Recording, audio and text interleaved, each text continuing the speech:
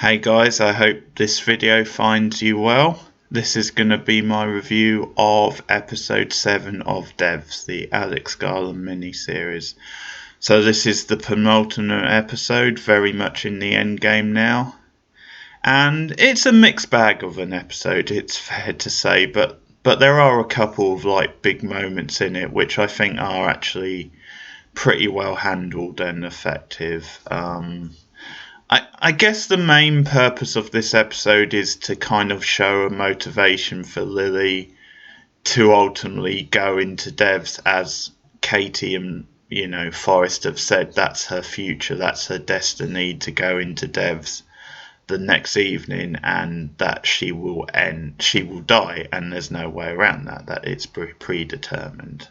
So I think the events of this episode is to set up her motivation for actually doing it, whereas she's quite defiant at the beginning, or she was in the last episode, and determined, basically, fuck this. I set my own path. I mean, if I choose not to go into devs tomorrow night, then that's that, basically. So the events of this episode kind of changed things for her.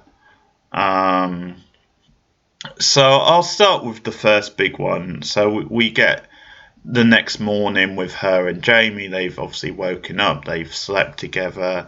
Kind of a bit murky on it because of the way Lily seemed to manipulate the situation. And Jamie's a pretty cool guy. I think he certainly has always come across as solid from what we've seen of him. What was a little weird is that they're kind of talking to each other like they're like a regular couple now. And some of it might just be because they were a couple in the past, but when the scene first started, I got the impression that maybe it moved forward a bit, although it can't have, because of course the whole thing with Lily supposedly going to devs the next night is obviously in the present. But yeah, they just seem to be talking like they're a regular couple who's living around that, been living together a while, and they're talking about dividing up household sort of jobs. I mean, I guess maybe at this point they've been staying together a while just because it was maybe the safest thing to do and what have you. So maybe that's why they're talking more like a couple than you would expect, two people who really only slept together and made that decision to get back together the previous night. So there's a few moments of clunky dialogue in this episode. So one of them is, and again, I think because of the actress not being the best, but Lily's talking about the whole thing at Devs and about how Forrest is, again, she's reiterating that he's unstable, and that then they're saying they've got this predetermined plan for her future that she can't change. And she actually uses the line, I'm going to fuck them up, sort of thing. So that sort of line feels a little bit out of place in this sort of show. It does feel more like an action type movie line. But what happens in this scene is that they're setting them up as this quite close sort of couple. That they show you Jamie making breakfast for her, and then that leads to the dramatic event in the next scene, because Kenton appears. Now, of course, with this being a TV drama, I think you can poke holes in this, because you sort of think, well, why didn't he just do this the previous night? Because we saw him watching them from the car. It's just one of those TV things, because we're assuming that he followed them home. And it's sort of funny that he did wait till the morning where it's actually daytime and there's more people around. But whatever, it works for the drama because it's the next morning and we get to see Lily and Jamie. But yeah, Kenton shows up and he kills Jamie. He shoots him. So that was like the purpose of seeing Lily and Jamie together in this in quite a happy place before Kenton like ruins it.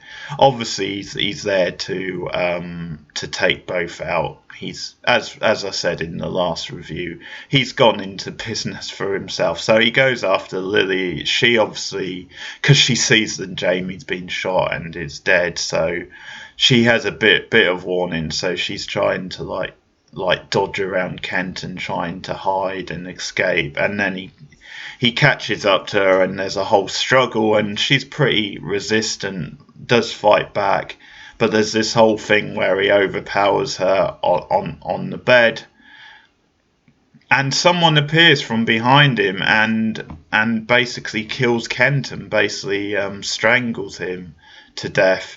And at first I thought it was Forrest because he did have like the Forrest style beard, and it did look like a lot like Forrest just from the camera shot.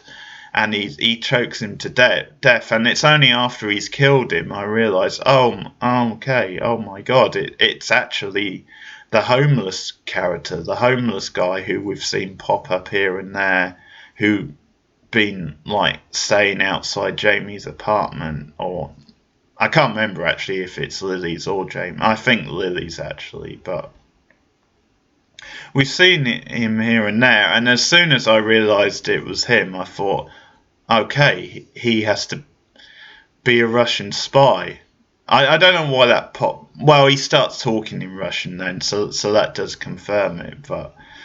But yeah, that's not something I saw coming. I mean, obviously, when Kenton was about to kill Lily, you figure something's going to happen to save her because she's got to be there for the next episode, really. But yeah, I didn't call that one. I didn't see that coming. He's a Russian spy, and obviously him being like homeless has all been like a front to cover so that he can like monitor Lily and, well, originally Sergei, because of course we know Sergei was a Russian spy and that he'd been sent in to infiltrate devs. And I like this twist actually because it does give this character a purpose, and it does actually. There is like a subtle setup for it, like a few episodes ago. So the episode where Kenton goes to Lily's house looking for her, and like this character is obviously outside the house and says she's not around, and it's that whole thing where he says to Kenton, you know, I'm not afraid of you, and Kenton like responds, yes, I can see that. What I can't figure out is why. So that line actually is a nice little subtle hint at this reveal because, yeah, I'm not afraid of you because I'm a Russian spy, basically. So I like that. I think that's a clever little payoff, and I just like that they actually did something with this character. And it wouldn't have mattered if they didn't do anything else, if he was just like this quirky little character who obviously has like a close bond with Lily and Jamie, because I've enjoyed his stuff in a smaller part, but I do like that they've paid it off in this way, and it's a good sort of twist. It definitely adds something. But yeah, he lays it out for Lily. He explains to her what's happened, and he gives her two options. He says she can either go to the CIA and tell them the story about what's been happening, because he says they're the only one who would have like the facilities or something, or they wouldn't be like corrupted, so they would be in a position to help her and to like tackle the situation. Or he offers her set up a new life for yourself, move or go back to China, basically where your mother lives, go and live with your mother in China and start afresh. So those are the two options. He obviously doesn't suggest she goes to devs, being a Russian spy and on the other side and all that. He doesn't suggest that's a good idea for Lily. So he gives her the two options, and of course we know she's not going to take either of those options. We know one way or the other she's going to end up at Dev's the next night. But I did like that. That was a good sort of moment. The only part of it that's a bit weak is, I mean, Jamie being killed is fine. It's a motivation for Lily, because I think it's ultimately that makes her want to face up to her destiny, or at least to show up and see what's going to happen, and to maybe make a choice and put a stop to it. So the Jamie sacrifice works well enough. It's just the way they kill off Kenton rather quickly and conveniently. I think that's the weaker part of the scene, because he's set up as this big bad guy, and I'm quite pleased with what they did with Kenton, but maybe a little bit rushed, him just being killed off within like minutes of the episode starting, and in such a simple sort of way. So that did feel like a bit of a waste, but how they did it with the reveal of the Russian spy, I actually quite liked that. But as I said, this is the event that changes Lily's mind in a way. I mean, I guess she was always thinking of it a bit because of the "I'm gonna fuck them up" line, although maybe she didn't know exactly how she was gonna do it. But she makes up her mind, because we see her take Kenton's gun, which was used to kill Jamie, and wipes the fingerprints. Because that's the other thing, actually.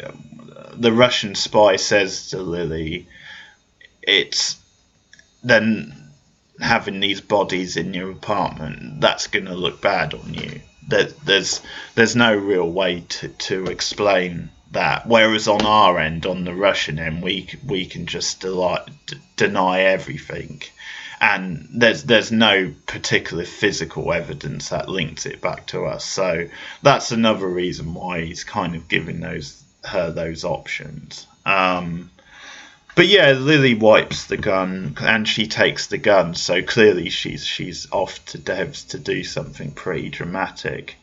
Now the other big thing in the episode is like the conclusion of the Lyndon plot, because he obviously doesn't intend on going anywhere. He's disturbed by what Forrest is doing with Devs, and he wants to put a stop to it.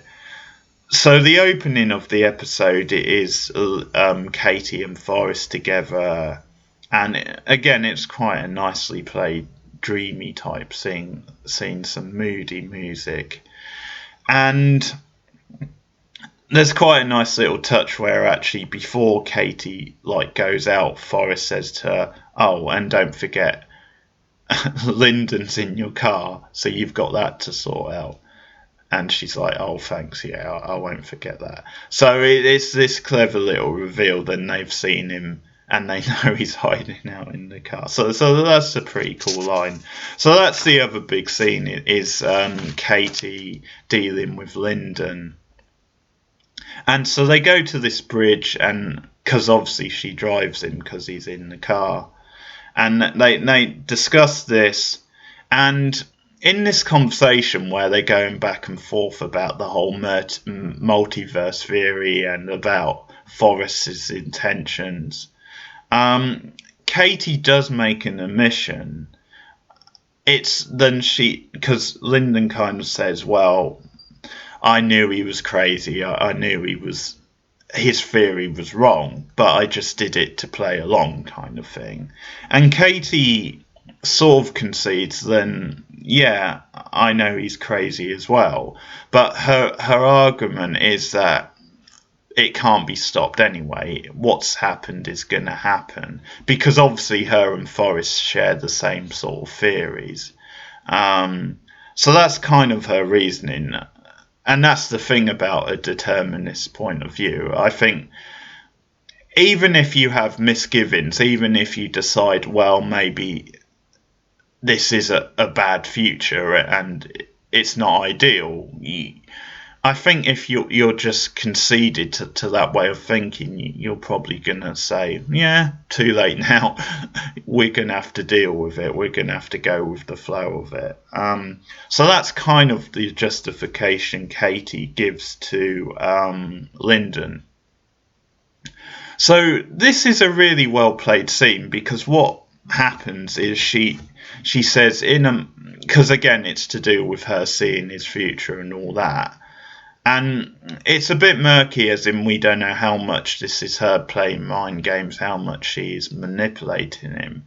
But she basically says the future is then you get up on that ledge on the bridge, and you're gonna stand there, but maybe in a different verse you could survive. So she's kind of like introducing the multiverse theory, which she apparently doesn't belong in. But I guess she's saying from his point of view, if there is such a thing as a multiverse, then your future could be altered. There could be a scenario where you don't die, where you don't fall off the bridge. So he goes up on the ledge, he stands there for a long time, and it's a really dramatic scene, and they actually play with you, because he like teeters and he goes over, but then it keeps showing you all these different versions of Lyndon as he's like crashing down to the river and the rocks below, and we see all these different versions, and you keep thinking, well, one of them's gonna survive, but he doesn't in the end. All the versions of Lyndon go down to his death. So that's kind of the way it plays out. And Katie does look very like cold and ruthless in the scene, and the way she like manipulated the situation. But really good scene. I thought that was a really effective scene. So actually, the two big scenes of the episode work pretty well. Yeah, it's just, I think it is like kind of treading water a little bit, the pacing and the stuff, and how much we're actually getting, and it's still a little hit and miss. I think this episode. I mean, we get some stuff with Forrest and Katie at the end where they're essentially waiting for Lily because it's like the next night. And they're looking at like the future or the past, like the distant. So they're looking at the very early cave paintings and the people who lived around that sort of time, and the different kind of past and future. And those bits, I think, get a little bit pretentious and dreary. It's a little bit of waffle, a little bit of kind of sort of world building, and just ties in with the themes of the show, but it didn't really add much. So there are weaker moments in the episode. I think overall it's a pretty strong episode, but yeah, the series has faltered a bit as it's coming towards the end game. But that's episode 7 of Devs anyway, so I will be back very soon with my thoughts on the finale of Devs. And just a couple of other things to let you know about. I am doing Upload, the new Amazon Prime kind of sci-fi comedy, I say, from Greg Daniels. I've reviewed the first episode, which you can find up on the channel. I enjoyed it a fair bit, so I will return for episode 2 soon. I was also doing Tales from the Loop, which I haven't done for a while, but I've done the first 3 of those. You can check that out on the channel. I will be returning to Tales of the Loop because I've been enjoying that a fair bit too. Older shows I've been doing Gilmore Girls. If you're a fan of that, I've done about 9-10 episodes, I think, of Gilmore Girls, the first season. So if you're a fan of that show, you can check those reviews out. And also for any Buffy fans, I've been making my way through Buffy the Vampire Slayer. I'm on season 2 now. I did Halloween last time, episode 6 of the second season. And another thing I'm doing with those reviews, I'm also ranking them as I go along, so the whole show in order. And just to let you know, I will also be doing the spin-off Angel when I get to the appropriate sort of time. which will be season 4 for Buffy, will be when I make a start on Angel. So you can expect reviews of Angel in the future as well. But that's just some of the other stuff you can look out for on the channel. And I'll be back soon with the finale of Devs. So like and subscribe if you're new to the channel to help keep the content going. You can also get me up on Twitter. The link's in the description. And yeah, ding the bell on YouTube for any notifications. But I'll see you guys again soon. Goodbye.